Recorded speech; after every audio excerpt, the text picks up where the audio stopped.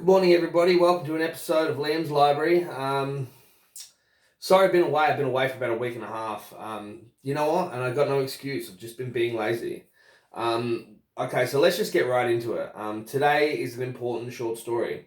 It's very important, and we have some important ones coming up. But today, look at my battered old copy of Night Shift. The more I'm reviewing this and just going through story and taking it with me, like wherever I go, just the more beat up this fucking copy is getting. But it's a good copy. I like this copy. It's the old New English Library edition. In paperback, I'm a fan. So let's talk about the Mangler. Let's not go back and talk about all the other stuff, other stories from Night Shift I've talked about. Let's just get right into it. The Mangler is basically a story about a haunted washing machine.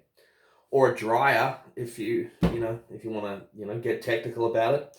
But it is, and, let's talk about Stephen King in the 70s. Let's talk about some of the stories he come up with. In this book, in Night Shift, there are a lot of stories about demon possession.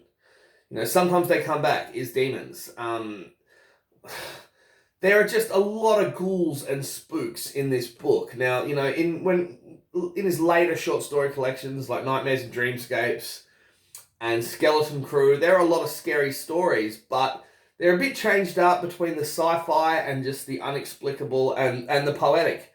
Night Shift is really a screamer.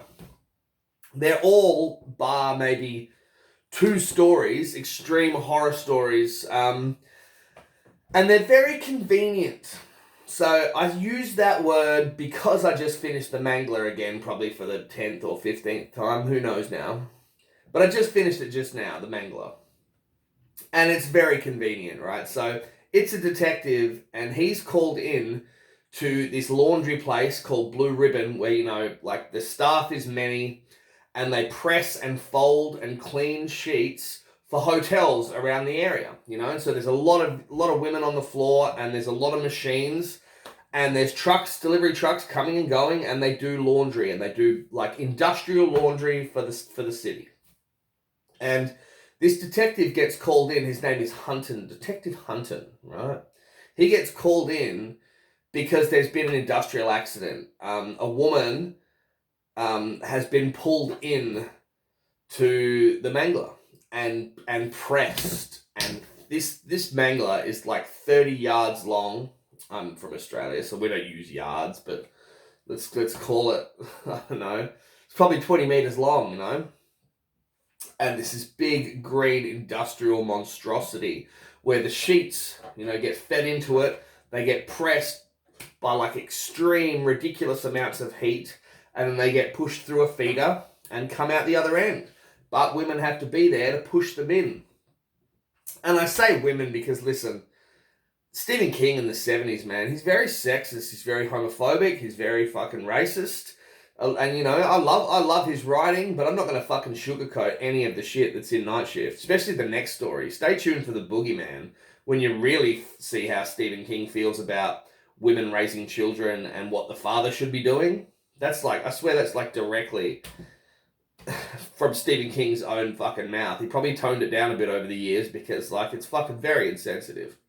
I digress.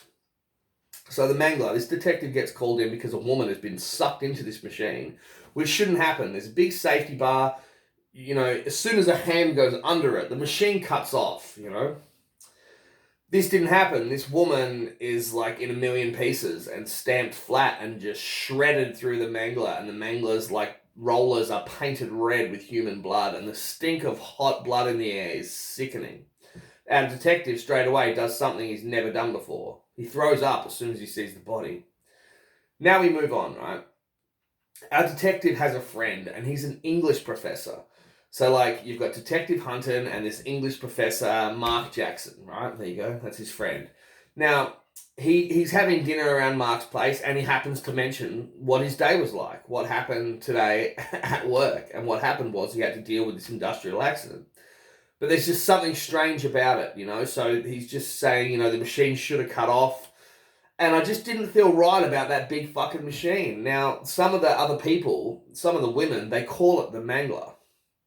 It's just a fucking laundry press machine. But they call it the Mangler. And that's what the story's called, the Mangler.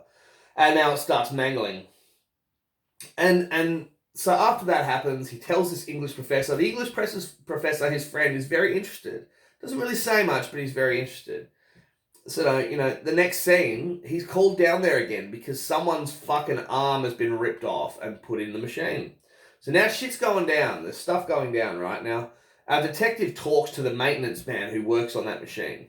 And our detective says, like, should this have happened? Should this have happened? Should this have happened? And the maintenance man's like, listen, none of that is possible. No one can get sucked into this fucking machine. And you know what? I almost wish this machine was faulty because I'd fucking shut this thing down in a second. But there's nothing wrong with it. There's nothing wrong with it, and that's what I have to put in the report. Then he tells the detective this cool little story about a fridge that was left at the dump years ago, and they fucking kept finding dead kids in it. Like, kids would play in it and hide in it and then suffocate in there. So they got someone to fucking go down to that tip and fucking remove the fucking door off it. You destroy it these days, I imagine, but remove the door off it so these type of terrible, terrible fatalities didn't happen anymore. But when the guy goes down to take the door off, I'm pretty sure it's the maintenance man, there's like 3 puppies in there, 2 birds, and something like... And then when he tries to take the door off the hinges, the fridge door shuts on his arm, strangely. And he's like, the Mangler, that laundry machine, makes me think of that fridge. Almost like the fridge is haunted and the Mangler is haunted. But what we find out, now I'm going to sort of try to tone this down because my spoilers are ridiculous, as you know. But let's talk about the word I used earlier, convenient, right? So our detective has a best friend who's an English professor. Someone he can talk to about these accidents. Now that is a really great way to get the story going, so you as a reader don't just have to read the events unfolding. You can get all the what I'm trying to say, the plot and just the meat of the story. You can get all that just from listening to their back and forth banter. So lucky he's got that really smart English professor friend. Otherwise we probably wouldn't find out so conveniently what's going on. Now, this English professor starts to think maybe there's something more going on here. Maybe it's possessed. Now we're back to demons. So maybe this laundry machine is possessed. So they start researching it a little. It's blood of the virgin, eye of newt, something of the toad, a horse's hoof, bat shit, and the hand of glory. Now, the hand of glory, apparently, now I swear to God, Stephen King writes this like we should all know what the fucking hand of glory is. The hand of glory is nightshade mushroom, belladonna. It'll kill you. But apparently it's sacred and it can be used in spells for, demonography or whatever the fuck you want to call it, demonic possession. So they decide they're going to try to exorcise this demon out of this fucking washing machine. Actually, first, what hits the nail on their head is they find out that probably 2 days before the first woman was pulled into this machine, a young girl who worked there cut her hand and bled all over the Mangler. And this young girl was a virgin. And these 2 grown men, an English professor and a detective, go to her house and ask her if she's a virgin. And she tells them, yes, I'm a virgin. I'm very proud of it. I'm waiting for my husband. Thank you very much. And then it's all real for them. Of course, blood of the virgin, rah, rah, rah. So they're like, what do we do now? Do we get a priest? Do we exorcise it? And it's like, no, a priest would probably ring the fucking loony bin on us and we'd be in big trouble. So they decide to break in themselves. And they have holy water and a Bible and they're doing an exorcism on a fucking washing machine. Thing is, but the way King writes it, like, you are intrigued, don't get me wrong. It's fucking intriguing. It's a great story. There is a movie starring Robert Englund and Ted Levine. And I love them too, but I don't know, the movie was watchable once. I think I'll watch it again. And I'm definitely not doing a book to film one. This is just all about the short story Mangler. So, they're doing this exorcism, right? And the one thing, right, so I'll put this in there, the one thing that they fuck up is they're like, right, we can't be wrong about what kind of demon's in there. So they're like, if it was blood of the virgin, and we've got to admit that there's probably bats around here in this old fucking warehouse that bat shit might have gotten to the machine. So blood of the virgin, bat shit. There's probably maybe frogs, but they might leave that out. and other stuff. But they're like, well, thank God the hand of God, like the hand of God wasn't used. Like belladonna, that mushroom. But then there's this weird little bit in the story where one of the dead women, if she wasn't dead, she could have told the two heroes, no, wait, I've been on medication for her indigestion. It's called something, Easy Gel or something. And the derivative that it comes from, it's actually derived from belladonna mushrooms. And she dropped a whole box of them pills into the Mangler about a week ago. So it's not the pesky little demon they think it is. It's some big crazy fucking maniac demon that's Hand of Glory, not Hand of God. So it's like the Hand of Glory is powering it, and they really should have known better before they tried an exorcism, before they knew what fucking demon they were dealing with. That's a bit absurd, but it works. But like, King wouldn't get away with this shit now. But it's almost like a double negative. I doubt he'd get away with smashing out a story like this really quickly, but this is what made him fucking famous. I mean, you can say it was The Shining, fair enough it was, but people bought this like a motherfucker. This came out after The Shining. People loved this fucking book. A lot of movies came out of this book. So yeah, it just seems too convenient, really fucking over the top, and King just believes it wholeheartedly. There's some booze running through that man's system when he wrote this fucking story, The Mangler.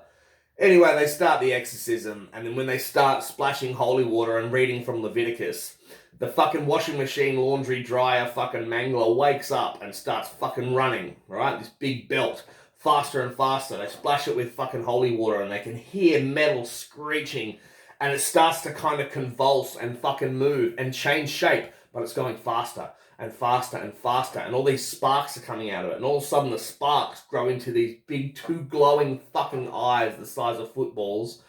The safety bar lifts up from the big fucking belted mouth, and all of a sudden it's looking at them, and it's ripping itself out of its fucking concrete moorings like a fucking dinosaur out of a tar pit, and it's coming for them, and they're like fucking start screaming, and they try to get out of there. The detective gets out of there just in time, and his friend, the English professor, screams, and the detective doesn't look back, but the professor gets fucking eaten by the Mangler. Now, the little ending cracks me up, but the ending's cool. The ending saves it. So our detective, with his hair turned bright white after what he's seen, just covered in scratches and concrete and white dust, runs down the street and finds the place where the maintenance man lives. And he goes there and bangs on the door like a madman. He lets him in. He's just like, oh my God, it's getting out. We have to do something. We have to this. And then he faints dead away on the floor. And the maintenance man's like, kind of knew what they were up to. And he's like, fuck, what do we do? We have to do something. So he goes to grab for the telephone, and then all of a sudden he hears this fucking noise in the distance because the east window's open in his house. It's this screeching, fucking stomping, fucking maddening noise. And it's the Mangler, and it's coming, and it's out now. And he can smell the smell of hot blood and ozone on the air, and then he's like, fuck, it's too late. It's out. The end. And that's it. So the haunted washing machine is now roaming the streets with its big fucking spinning tongue and its giant fucking metal teeth, and it's gonna eat everybody. It'd be cool to hear a sequel to that story, wouldn't you think so? It's fucking out there, man. It's fucking out there. It's really cool. I've got friends whose personal favourite story is The Mangler. So, and I fucking really do enjoy it. I thought this was worthy of a decent review from me, and that's it. That's all I'll say on the matter. I'll hit stop now because in the next couple of days, and it will be a couple of days, I'm going to do The Boogeyman, and we're going to see how racist and fucking, terrible and non-PC Stephen King really is when it comes to The Boogeyman. A story about monsters and dead children and alcoholic fathers. And that's next. And I'm also going to slip in and do another short story from that Not Just a Pretty Face short story collection of female horror authors. And that's it. So it was really good fucking talking to you again. It's been ages, and I missed you guys. And so like and subscribe if there's anything you want me to review. I'll fucking read it. Even if it's a big fuck off novel, I'll read it. So leave that in the comments if you really want me to do it, and I'll do it. And I'll tell you what I think. Because, we all know on this channel, I don't Google anything. I don't fucking Google a thing. Every now and then I might Google a date just so nobody has to correct me. but I'm pretty sure I will tell you what I think the date is something was published before I fucking Google it. And apart from that, I don't Google anything else. Like, you know, a lot of people will just read something and then report it to you. My information comes from how many times I've read all this stuff by this crazy maniac named Stephen King and other authors. I don't just know King, I know fucking lots. So please tune in. Please tune in for The Boogeyman, because it's going to be a good one the next couple of days. I love you guys. Read some great fucking books. Watch some even better fucking movies. And take care of one another, especially now. Bye, guys.